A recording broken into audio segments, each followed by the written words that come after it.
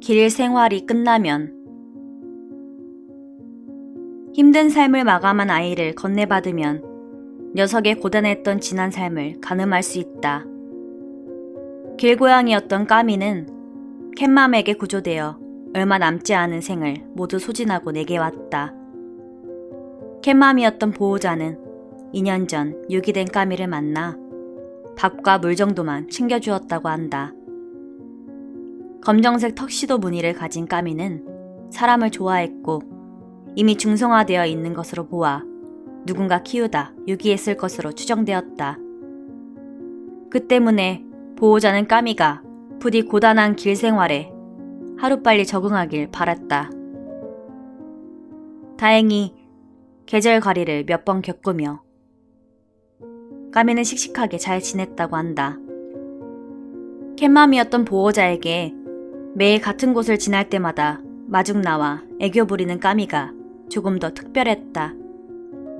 다만 그 아이가 골반이 으스러진 상태로 발견되기 전까지 말이다. 며칠째 보이지 않던 까미를 찾아 나섰고 이름을 부르며 온 동네를 찾아다니다 어디선가 작은 울음소리를 들었다고 한다. 나무 팔레트 안에서 반짝이던 눈을 찾았고 금세 한시름 놓았다고 한다. 평소 좋아하던 간식으로 유인해도 까미는 나오지 않았다고 한다. 할 수 없이 팔레트를 거두자 까미의 뒷발은 아무런 힘도 없이 축 늘어져 있었고 피딱지가 엉겨 붙어 있었다고 한다. 며칠째 아무것도 못 먹었는지 앙상한 등뼈가 육안으로도 확인되었다고 했다. 달리 생각할 것도 없이 까미를 들고 간 병원에서는 골반 및 하반신 골절로 신경이 죄다 끊어져 마비되었다고 했다. 수술로도 돌이킬 수 없는 부상이었고 무엇보다 장기까지 다쳐 지금도 매우 고통스러울 것이라고 했다.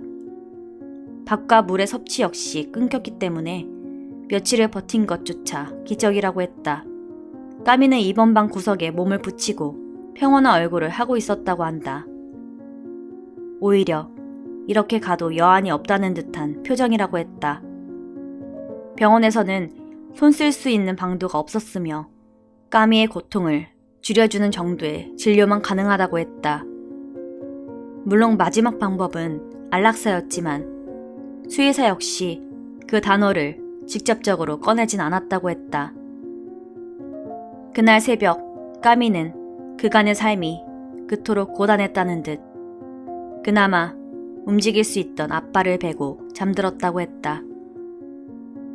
까미는 이제 더 이상 내일을 걱정할 필요가 없었다. 너무 가벼웠던 까미의 주검을 건네받고 염습실로 들어가 아이의 몸을 조심히 닦아냈다.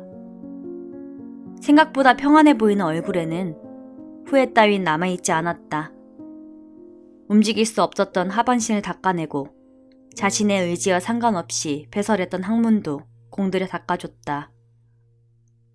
2년 넘게 길 생활을 해서 딱딱해진 발바닥 젤리의 색깔이 하얗게 변해 있었다. 굳은 살이 박혀 딱딱한 젤리를 조심스레 눌러보았다. 그만큼 까미의 고단했던 삶이 내게 옮겨져 왔다. 그토록 힘든 생활 끝에 다른 세상에 가더라도 마지막엔 편안하고 온전하게 명복을 빌어주길 바라는 보호자의 마음을 충분히 이해할 수 있었다. 강성일 저 안녕 우리들의 반려동물 중